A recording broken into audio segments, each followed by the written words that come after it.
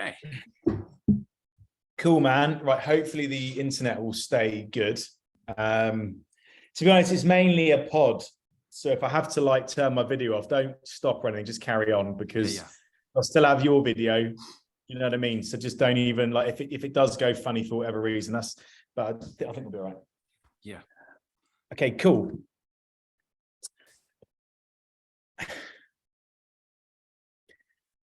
Right, ladies and gentlemen, welcome to the Property Entrepreneur Hall of Fame. It gives me an absolute pleasure to introduce our latest Hall of Fame member. I will be introducing to the Hall of Fame Mr. Mark Barrett, who was the first ever property entrepreneur to start, scale, systemize, and then sell a business, all whilst on Property Entrepreneur. And he is now on to the next chapter, which is even more exciting. So welcome to the Hall of Fame, Mr. Mark Barrett. Hey. Congratulations. Thank you, Adam. That's a Mark. great intro. Yeah. Congratulations. So for everyone who doesn't know you, do you want to just formally introduce yourself? Let us know what your company does now and how long you've been on Property Entrepreneur, please. Hi, everyone. My name's Mark Barrett. I live in Warrington, northwest of England. And I was very fortunate. I joined the Property Entrepreneur Board in 2016. So just started my 7th year. I've had an amazing experience within that time. When I started, I'd been in property maybe full-time, probably about 8 years, and I was helping people to build up their portfolios. A lot of it was kind of like single lets. Before that, I was a mortgage broker, so I was helping people to fund their portfolios. And before that, I was in the police. So I've had quite like a varied background. But when I joined Property Entrepreneur, I was a sole trader. Just started out and I set up a company called the 𝗁𝗵𝗶𝘀𝗁 Agency. So that was where I was then. Fantastic. And for those people that don't know Mark, he really is, I'm sure you might get a little bit of this on the interview. He's a very cheeky chappy. He's well loved. He's a lot of fun. So yeah, this should be good fun. It's always a pleasure talking to you, Mark. So thanks for the background. That's where you were. So fast forward those 6 or 7 years, where are you now? So yeah, I started out, as I was saying, on my own and kind of like built up the 𝗁𝗵𝗀𝗀 Agency with help of Dan on the Property Entrepreneur. Basically, anybody that does like wealth dynamics. I'm a tempo deal maker. So I'm very good in the flow of things, which is great for like running the agency. I'm probably not as strong as kind of like, I do come up with ideas, but possibly not in my flow, and maybe, you know, white piece of paper, like blank piece of paper, coming up with things. I sometimes find difficult. I'm better to kind of like have something and then change that, edit that. So that was kind of like where I was. And then, as we've said, 3 years later, I sold that business. I then went back into the portfolio builder side of things, which I've been helping clients with the HMOs, and that was the company, the property brokerage. And I really enjoy helping people. We do like buy-to-lets, we do HMO conversions, and I've started doing office conversions as well. And more recently, I'm really excited to announce I've got a new business started in January, and that's called the Financial Fortress, which is something that we've kind of like learned on Property Entrepreneur. And I'm looking forward to launching that in January. That is so exciting, Mark. What an amazing journey in such a short time. It's remarkable that what you did with the business in only 3 years. And now you're on to the next chapter, and now you're in your stride, you're in your flow. Everything you've learned from having that business, from Property Entrepreneur, you're now applying to these new things. And it just seems like every year you're leveling up. That's right. So, that's how I feel. And I know you've sold your business. I don't know if you've found that, but kind of like sold it in 2019, and then you're kind of like in a transition of, well, what do you do now? And you kind of like lose your identity in some ways. And I kind of like went through that period, and I really have kind of like, with this new business, I really feel like I felt back in 2016. I think the transition has been the property brokerage, still helping people, but I'm really excited for the next adventure.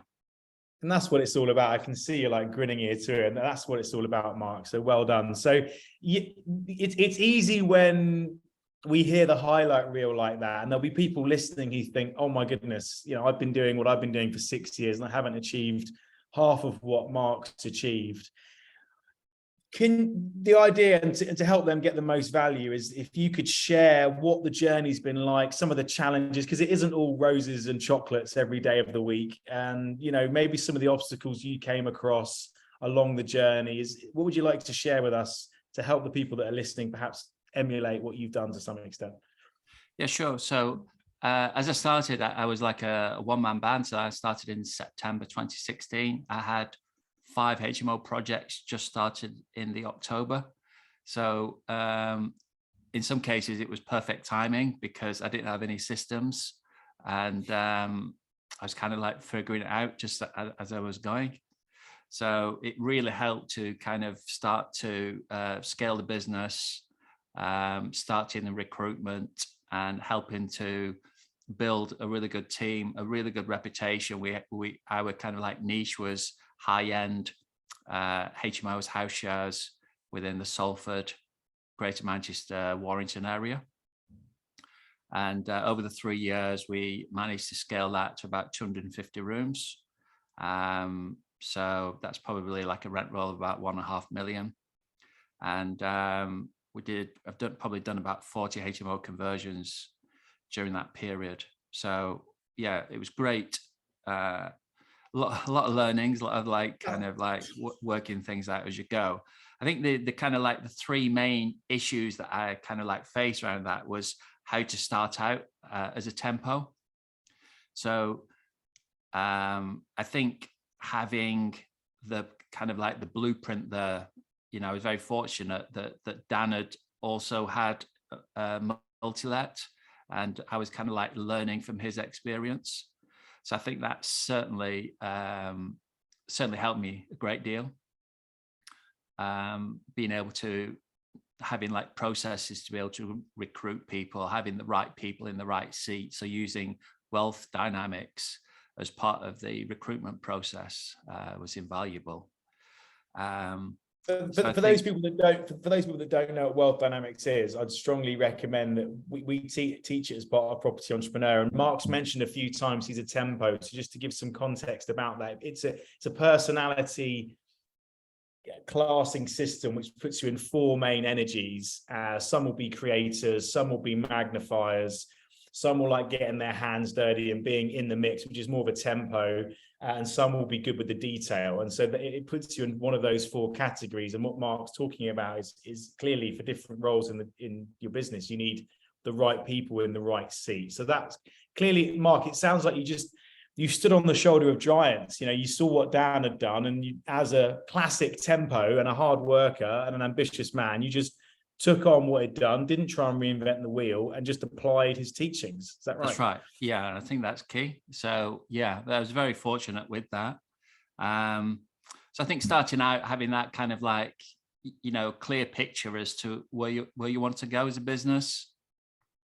And can I pick up on something as well? Because a lot of people say to me on Property Entrepreneur, well, I'm not sure I should come on Property Entrepreneur, or I'm not sure this is valid because I don't have a business. And I say, well, there's 2 ways to go. You can start a business and create a mess and then try and solve it, or you could learn what to do and start a business with the methodology. But it seems like you did the second, the latter.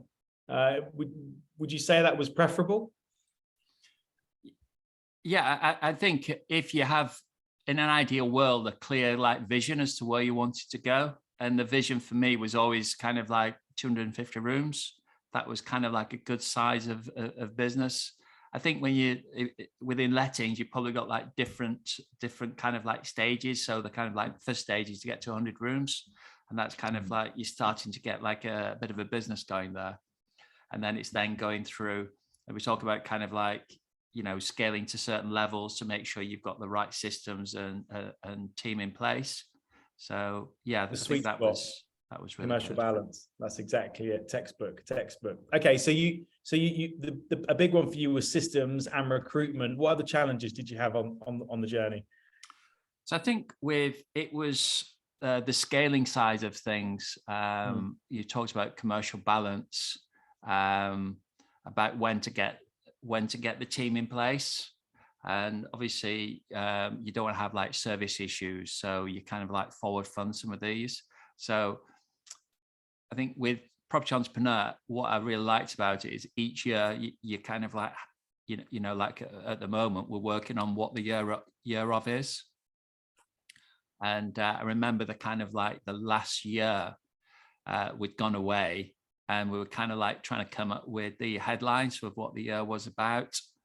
And yeah, I couldn't really nail it when I was away. And I think it was just as I got on the plane, it landed with me, which was the team, the brand, and 250.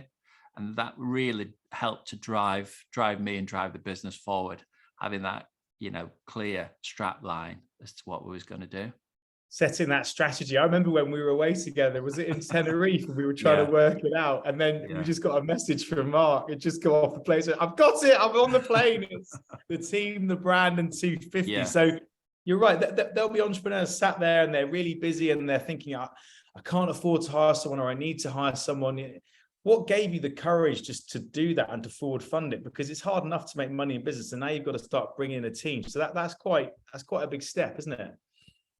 Yeah, but I think the other, if you don't do that, and then the results are kind of like worse, so that if you don't take the team on, then you're more involved in the business. You're not working on the business. You can have service issues. It's all about providing the best service possible to clients. Nicely done. And how did that go? So how did that year of go? So you set that strategy, the 250 to get the team. What was that year like? I think it was amazing, because I think once you have that vision, once you kind of like, you know exactly where you're going, then, you know, the universe provides and you get those opportunities, you get the right team members, you get the right opportunities, and working at it. Yeah. For me, that's kind of like worked well. I'll never forget when you got your first office, right? The agency in the shop, and it was a real level up, wasn't it? Yeah, it was. Yeah, that was a great stage. It's a big step change, actually, going from running a business and then suddenly getting a proper office with a team. I always think that shows you're serious about the business, you're going places. It's rare that entrepreneurs that commit to that get it wrong, to be honest, in my experience. So any other challenges along the way? So it was kind of like having the vision for starting out, the systems, as I mentioned, you know, knowing what the right systems are, because as you kind of like know with systems, and kind of like, you know, you can spend a lot of money, a lot of time on kind of like systems, which can be a drain. So it's kind of being able to again work with people that have, you know, done similar things. So 𝗟𝗏𝗄 was what we used, and also the kind of like, you know, the SCS kind of like working with the teams. So setting up on a Monday, checking in on the Wednesday, which I've just been doing this morning, and then signing off on a Friday. I think that, you know, those kind of systems really help. Yeah, absolutely. I mean, I think people hear systems and they get a bit. I think some people don't always understand what they are, or they think, oh, that's not for me. But there's so many good systems out there, but you could waste so much time trying to figure it out. If you find someone who's done a similar business and you can stand on the shoulder of giants, then happy days. And I think Arthur is pretty renowned, isn't it, for being pretty good at building for that business. And the system you talk about for managing people, SCS, set up, check in, sign off, it works a treat. It's an absolute game changer of a system. So nice work. So anything else after that? So you built the business, you put in the systems, you've got the team, you're managing them well. Was it all smooth sailing after that? Was it all good? It was surprisingly, I think it was.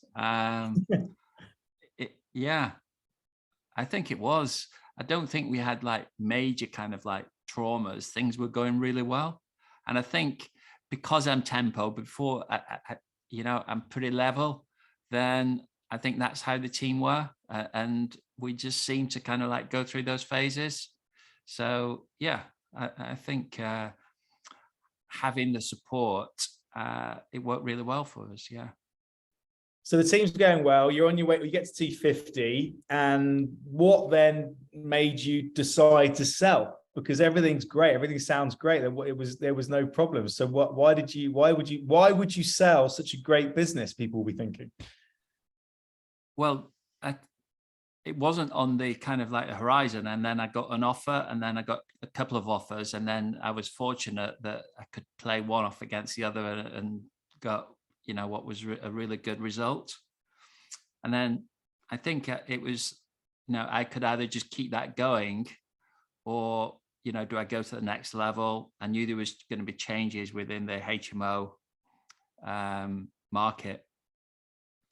At that point, tenancy fee bans had just started, so there's quite a bit of uncertainty.